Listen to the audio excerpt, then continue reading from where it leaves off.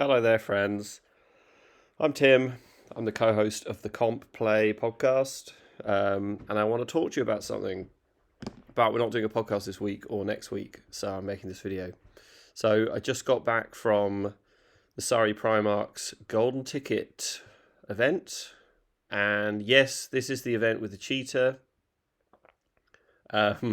He was caught round 5. He had weighted dice. The dice were tested. They were definitely weighted. Many players were, before they were tested, were suspicious about how particular he was in choosing his dice when making important rolls. So I think it's pretty clear that he intended to cheat. He definitely had weighted dice. I'm not going to out his name because I don't actually remember what it is, and I don't think you should go and pile on him on the internet just because it's enough to just ban him from all events. Get him banned from events. If you know who he is, ban him. But yeah, that was really unfortunate. It meant there were 2 lots of final games, like 2 undefeated tables round 5, and because he was caught round 5, the other table didn't get to play a game of Warhammer. So one guy was cheated out of the opportunity to win the event like properly, which is unfortunate. And everyone who played this cheater also lost and didn't deserve to lose. I don't know why I'm wearing my headphones. Don't need these on. So yeah, that was unfortunate. Yeah, what a knob. Don't cheat at Warhammer, right? Anyway, yeah, so I went 4-1 with Death Guard. Won my first 4 games, lost in the final by 2 points to Clermont with his Disruption Eldari. He's an amazing player and a really good opponent. I really, really enjoyed our game. It was such a great way to end the event. I don't mind losing to him at all. What a pleasure. Thoroughly deserved win from him. And yeah, I'm very happy with my performance. And especially since it's with Death Guard, who are like in the bin right now. Second worst performing army in the game. So few people are surprised to see me do well with them. And I've got a bunch of people asking me about the list and how it works, so I'm going to talk about it. But first, I'm going to talk about why Death Guard are rubbish, or not why they're rubbish, why they've got a low win rate. And it's because our 2 best, I think, it's because our 2 best damage pieces, heavy Blight Launcher drones and Death Shroud, got accidental nerfs through 11th. And people are trying to play Death Guard how they used to, and it doesn't work. You've got to play it differently. So, Death Shroud, it's as simple as their 6.1 inch deep strike means a 7-inch charge now, and instead of a 6. Even with a reroll, that is not reliable enough to spend 160 points or more on a unit. Like, I'm not paying those points to have them stand in the middle of the board and get shot and not do anything. Waste of points, don't take them. Bloat drones, I still take 3 of them. But they got a nerf because when cover was -1 to armor penetration, Death Guard don't really care about that. We've got a lot of AP because you can take the -1 armor save contagion. So you don't really care about cover as much. Now we do care about cover because -1 to hit is a lot worse for an army with very little access to ignores cover, not that much access to rerolls. I've put the sources of those things in my list because I think the bloat drones are still good and I think you need those buffs to make them work. But the thing for bloat drones in particular about hitting on 4s instead of 3s is they're a D6 plus 2 attacks gun. So if your number of shots is variable and you're now hitting on 4s instead of 3s, it's not just that you're hitting worse, it's that 4s are statistically more swingy than 3s. They have a wider standard distribution. That means you're more likely not to hit the average number of times. So you've got 2 sources of swinginess. This is very frustrating. You can't reliably go, that should kill that, because it might not. But I still take them because they're just very, very efficient when you can get them shooting how you want by putting a Norse cover on them and giving them rerolls to wound. They also kind of copped a nerf because of hidden. So one of the things that's amazing about bloat drones is they're good into almost any target, and because they've got blast, so they're good into infantry, and they've got high AP and damage, so they're good into tanks. It is sometimes frustrating, like a high toughness target can be hard for them, but you get lots of shots when you have 3 of them, so that's fine. But now with hidden, they're not so good into infantry unless you can bring the opponent to you, and that's what Taliban is good at. So we'll talk about that in a bit. So let's look at the list quickly. It's called Champignon of Contagion because Champignon is French for mushroom, and although I'm not French, I do have a mushroom-themed Death Guard army. If you use this list, which I encourage you to do, it's really fun to play. I'd love it if you kept the name as a little homage to my mushroom boys. So we're playing Reconnaissance because the 2 detachments give me access to Reconnaissance and Disruption, and I'm not clever enough to play Disruption. So we're playing Reconnaissance. So we're taking Taliban Summoners and we're taking Contagion Engines. I'll look at those in detail in a second. I'll quickly run through the list. Ignore these little squiggles I've drawn. I don't remember why I did that. We've got a Lord of Virulence with an enhancement, which we'll look at in a bit. We've got Rotigus. We've got 2 Plague Bearer units. We've got 3 by 1 Beast of Nurgle. We've got Defiler with autocannons, plasma, and the 2 damage guns, Excruciator cannons. We've got a bloat drone with spitters and a bloat drone with mower. We've got 3 of the heavy blight launcher drones, 2 of the mephitic blight haulers, and 1 by 3 nurglings. Now let's look at those detachments.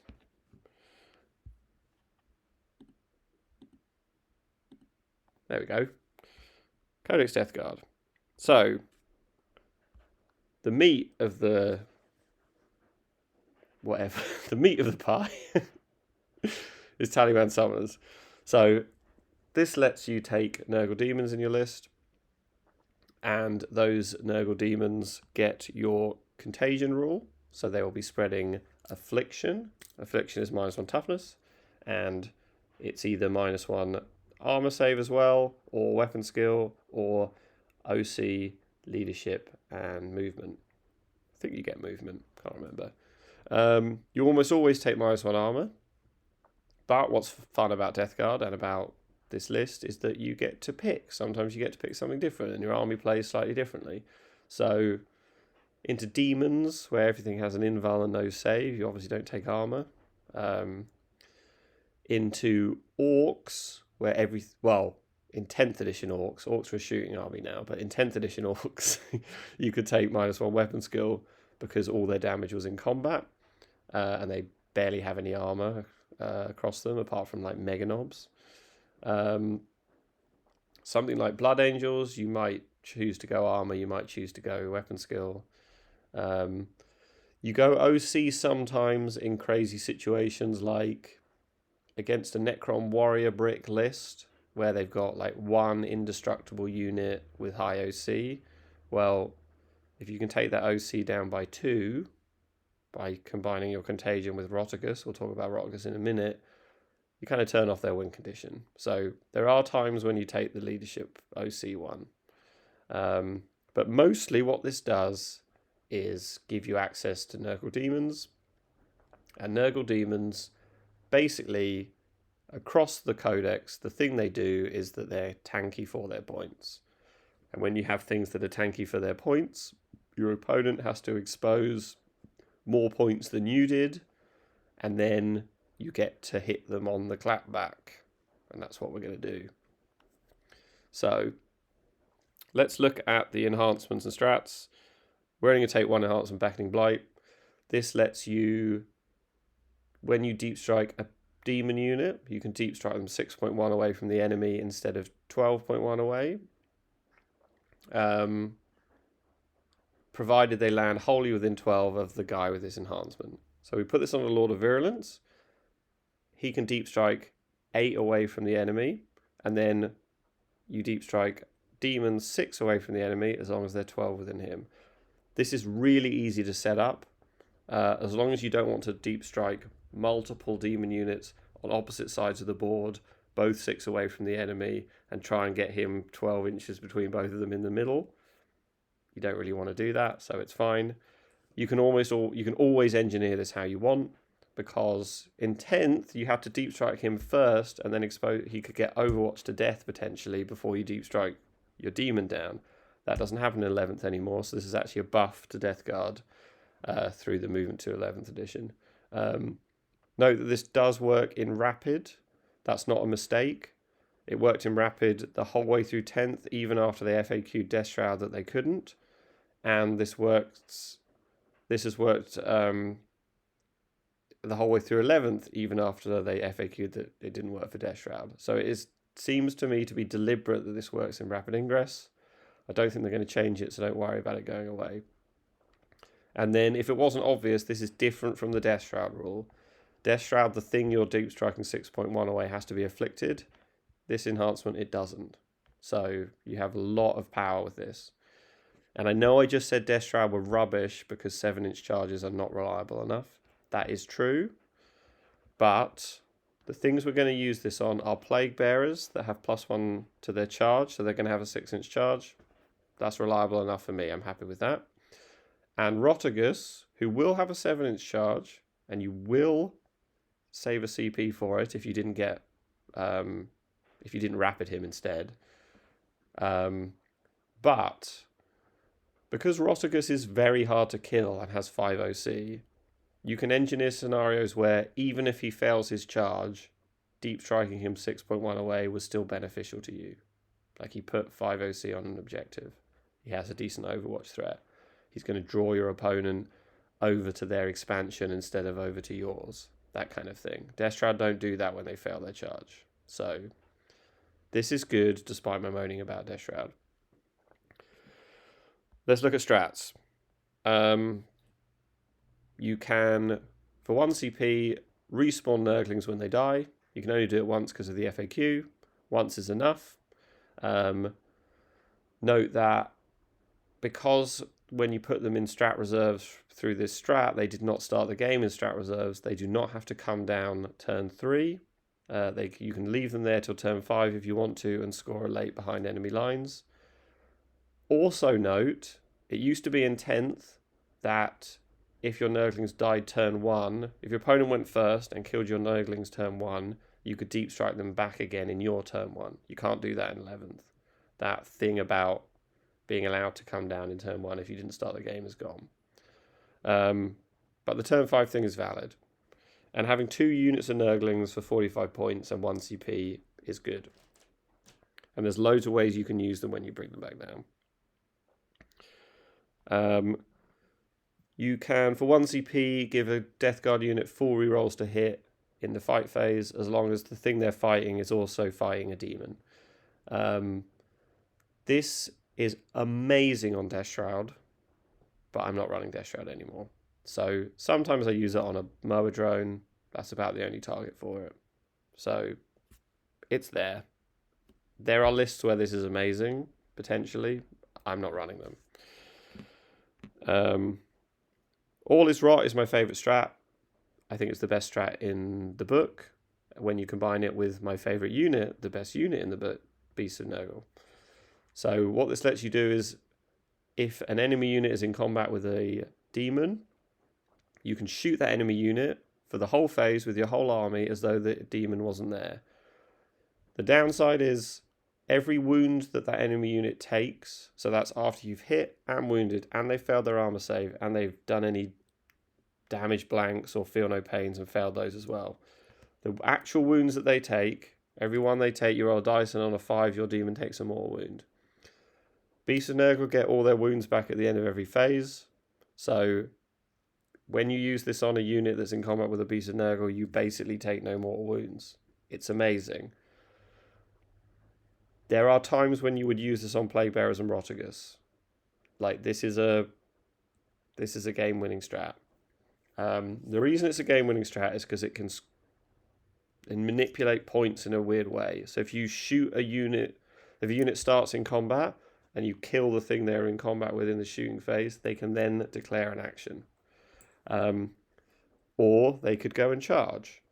Or the other thing that's amazing about this is you don't trigger things that would trigger on a fallback. So you might fall back from someone, allowing them to reactive move onto an objective. They can't do that.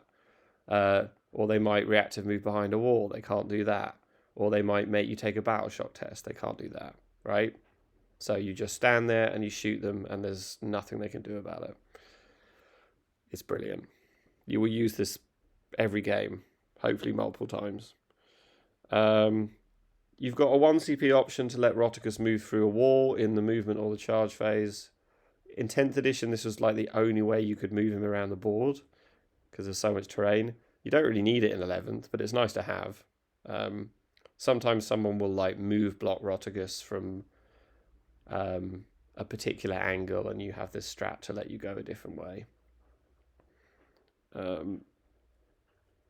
It also lets you rapid Roticus in places where he would otherwise be blocked. So you rapid him, he can't be shot, and then you move him through a wall. So it is useful. This strat is basically pointless. You put a unit in contagion range temporarily for the shooting phase. I've never used it. You've got so much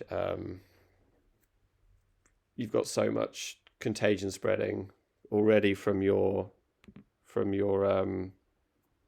rule here, because all your demons spread contagion, and all your death guard have their contagion rate increased by being near a demon. So you've got loads of contagion spreading. You don't really need the strat, and you have a better strat than this in the other detachment. And then Mire Slick will win you games, but 60% of the time you'll spend a CP and nothing will happen. But you should still spend the CP if you have an opportunity to gain some points. So basically this says if you try and fall back from a demon, you spend this CP, they have to make a leadership test, which they'll probably pass, but if they fail, they can't fall back. And again, this is like, there are two ways to use this. One, they were going to fall back and move on to an objective and get some points. You can stop that. But the more common one is you charge some plague bearers onto an objective, put 20 OC on there, and then in their turn they want to fall back so they can shoot your plague bearers. If they can't fall back, even if they've just got one guy in combat with you, if they can't fall back, they cannot shoot your plague bearers. You're invincible. Well, unless they charge you, obviously. You're invincible in the shooting phase. This could swing a point. This could get you primary. It's amazing. I encourage you to spend it, even though it's like only a 1/3 chance of success, because it's points, and your opponent will bank on it failing. You know what I mean? So they'll bank on passing their leadership test, but they might not. It's good. I used it to great effect at the weekend. You know, I just banked on it working, and sometimes it did. So those are your Taliban strats, and then your contagion engine. So this is going to give all the vehicles in my list assault apart from the Defiler. The Defiler already moves 12, so he doesn't need assault so much. The other guys do need it. There's a lot of maps where that extra 1 or 2 inches is the difference between being able to move from a staging point to an objective in one movement, which is like all the movement you need really in 11th. If you can touch an objective, you can usually see an enormous amount of the board. So we really like this. It also gives us access to reconnaissance, which lets us play reconnaissance. We don't take any of the strats, the enhancements, and we don't use any of the strats, to be honest. You've got another way of putting an enemy unit in contagion in the shooting phase, which we don't really need. You've got reroll 1s to wound for your contagion engines in the shooting phase. That one you'll use occasionally if you just really need that extra consistency on to kill one thing. Many of the primary missions you get 2 points if you kill something or whatever, or maybe you've got to bring it down. So it's there, but it's not super powerful. It's terrible on bloat drones because, again, D6 plus 2 shots. if you spend this CP and then you roll a 1 on the number of shots, you can't re-roll the dice. So I don't know about using this on them, but it's good on a Mephitic Blight Hauler. And then another marginal use one, if an opponent tries to fall back from a Contagion Engine, you can threaten them with mortal wounds. So I'll either take 1 or D3 or 3. This is very low number of mortal wounds for a CP. If you compare it to grenades or tank shock, it's terrible. Basically, I only ever use it when they've got a unit on 1 wound and they're going to fall back. And I say, just so you know, I did this at the event. I said, oh, before you fall back, just remember I have a strat where I could do 1 to 3 mortals to you. And they went, oh, I've only got 1 wound. I think I won't fall back. And I was happy with that. This is so much worse than the other don't fall back strat we talked about in Taliban, because it only works on Contagion Engines and their vehicles. So being locked in combat, they can just shoot you anyway. It's just at -1. It's so different for Plague Bearers. Plague Bearers, if you're in combat with me, you can't shoot me. So this is not very good, but occasionally 1 wound model, maybe you'll threaten them with it. Maybe they won't fall back and you don't even have to spend the CP. So we take this for assault and we take it for recon. Right. That's enough looking at the phone. Let's look at the list again. So TLDR is you're going to use your demons to draw the enemy towards you, bring out their damage stuff, and then kill them. That's the TLDR. So the Lord of Virulence only exists for 2 reasons. 1, he gives the 6-inch deep strike to your demons, and 2, he gives re-rolls to your shooting. So your blast weapons, that's the heavy blight launcher drones and the Defiler's plasma, will get full re-rolls. Your other weapons will re-roll 1s to hit. So full re-rolls to hit versus 1s to hit re-rolls. Yeah. Now, so he's doing double duty here. He also has deep strike, which is important because you need to be able to put him anywhere on the board to allow the Rotigus deep strike. So when we start the game, we're going to put the Lord of Virulence, Rotigus, and 1 Plague Bearers in deep strike. The only reason we're not putting 2 Plague Bearers in deep strike is because I don't have the points for a unit that can hold my home. If Games Workshop gives me 65 points on Wednesday, I will put some Poxwalkers in this list, and I'll put 2 Plague Bearers in deep strike. There are times, occasionally, like if you're playing an army with absolutely no shooting, you could put your Defiler on your home, and it can actually see into the middle often because it's so tall, and shoot into the middle. That's a valid option. But usually you have to put 1 Plague Bearers in the middle. They do have sticky, so against most armies they can leave turn 3 and go and start threatening the middle with 20 OC. But unfortunately, in most games you only get to put 1 in deep strike. Everything else stays on the board. 3 Beasts of Nurgle. So your Rotigus, your Plague Bearer and your Rotigus, when you bring them down, your goal is to flip a point, obviously. Like I said, they're tough for their points, Rotigus in particular.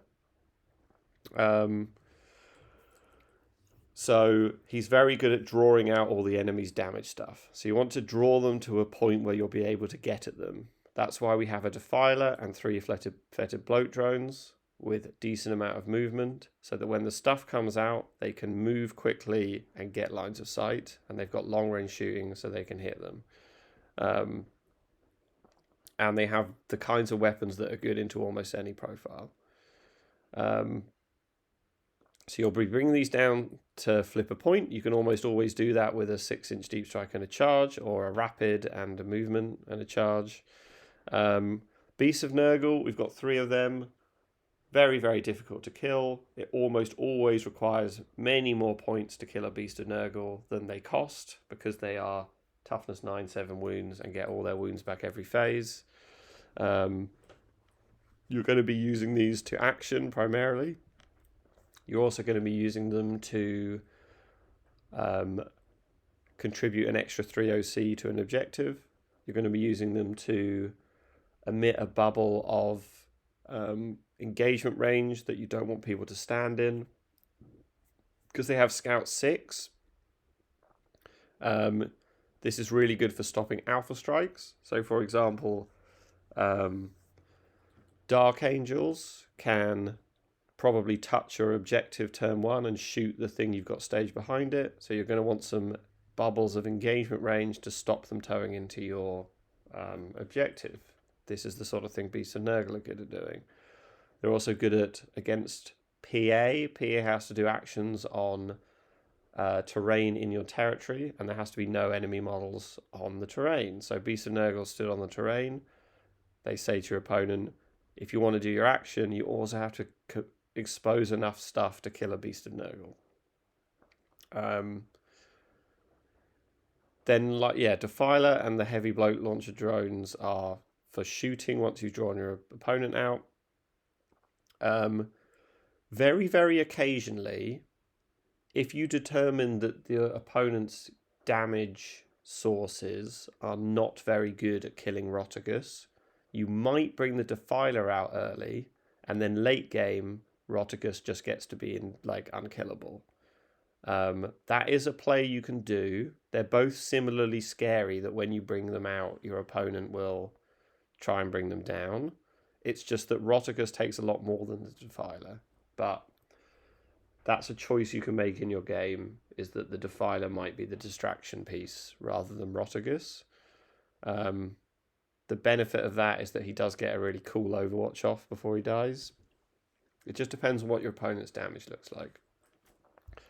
The two other bloat drones, one with spitters, one with mowers. These are... You have one of each because your opponent is going to try and put OC on... They're going to try and put the minimum amount of models on the center objective in their first turn to force you to come and get them. So we want one unit that can come and get them and reliably kill them down to the point that they have less than 3 OC, which is what you are on the middle. Moa is really good at killing Space Marines, and Plague Spitters are really good at killing one wound guys. So we just have one of each, and we just throw them at the middle to deal with the chaff unit they put there. They're also 3 OC and relatively hard to kill because they've got a 5-up invuln. The same goes for the Blight Haulers. We don't care about the Blight Drawers. We don't care about the Spitter drone or the Mower drone. They're just 3 OC bodies that can go and kill something. Blight Haulers are really good for killing transports. They're also short enough to tuck in a ruin if you want a model to be contributing OC, contributing engagement range, blocking, and being hidden behind a wall. Blight Hauler can do that. Similar to how Beasts of Nurgle do that. They're just worse than Beasts of Nurgle because Beasts of Nurgle get hidden and gone to ground. Blight Haulers don't. And then we have the Nurglings. You know what Nurglings are for. They block scouts, they block infiltrate, they do more, they stand on objectives. In the PA scenario, again, it's like you have to commit something to kill these Nurglings if you want to do an action. You don't care if they die because you can respawn them. And then later, you either hold them for a late game behind enemy lines, or you just bring them down in your backfield and do a bit more screening. It's a good little versatile unit. They're also really good. You might... Well, I don't do this so much in my list anymore, but... they're a really good... If you want to get the full rerolls to hit for a Death Guard unit in combat that we looked at, well, Nurglings is a throwaway piece. You just charge them in just to give the Death Shroud full rerolls to hit. We're obviously not doing that in this list, but, you know, it's a thing to think about. Cool. So let's look at deployment a little bit. Here we go. I've just pulled up two maps, the Recon versus PA and the Recon versus Taken Hold. The only real difference between the map, the deployments, I mean, there's loads of minutiae, especially when the middle gets split, like in Purge, for instance, that changes some things. But for deployment, mostly all you're thinking about is where does my defiler go? And the answer is it's either safe here, behind your expansion, or if you're lucky, you might get a space in the middle where it's safe. If it feels safe here in the middle, you put it in the middle because then it can move here in one movement and threaten in lots of directions. You don't usually get that option, so you put it behind your expansion. When you put it behind your expansion, you're going to want a Beast of Nurgle to scout up here and stand in there. The reason you do that, well, you don't do that against okay, so what you want to think about is if the enemy can get to, can they drive here and shoot you turn one? If they can, a Beast of Nurgle is going to come and stand here, so there's nowhere they can stand. If they can't do that, can they drive here, drop guys out of a transport and just dump OC on here turn two? If they can do that, they're probably going to want to stand behind this wall. You want to stop them standing behind the wall, so you put a beast here to force them to stand here where you can overwatch with the Defiler. So that's if they can get the movement turn 2 with a transport. If they're going to try and get the movement turn 2 with a charge, then you don't stand the beast here because you don't want to give them the charge. So you're going to use your beast in different ways to try and protect your expansion. Your other beasts are probably going to, all your beasts deploy on the line. The other beasts probably deploy over here and either both go towards the middle or one towards the middle and one up here. Depends on the matchup. So your Defiler's here or here. Your Plague Bearer's on home. Your Mower and Spitter drones, they go where they can threaten their expansion and or the middle. So on this map, they're both going to go here because it's the same thing. They're either going that way or they're going up here. On this map, you might choose to have one going towards the center and one going towards their expansion. So one back here, ready to stage here, and one... If you could fit one here with the Defiler, you probably can't, then you'd put it there. Your Mephitic Bite Haulers just go where they can fit. Your Bloat Drones, you're going to want to keep your Defiler and your Bloat Drones safe till late game. So, and you're going to want them to be able to react to where it looks like the battle is going late game. So I usually try and have either one on each flank and one in the middle, or two on one flank, one on the other flank, and none in the middle if the Defiler gets to go in the middle. Or sometimes I'll have one in the middle, two on one flank, and just leave the other flank. It depends how confident I am about holding my expansion or taking theirs. So that's what your deployment looks like. And your game plan, like I've said many times, is you're going to use 6-inch deep strikes and chunky units to deny them primary. So you're going to want to clear... You're going to want to make sure you have a place that you can deep strike Plague Bearers so they can charge onto their objective. So you're going to want to use your Mer and Plague drones to make sure they aren't staging up here. And once you've drawn out enough of their stuff, you bring out your big guns and you shoot everything. And that's basically how it works. There's not much to it. It's Warhammer. You play the mission. If you don't know how to play Reconnaissance, go and watch Trimble's videos. That's what I did. He taught me how to play Reconnaissance.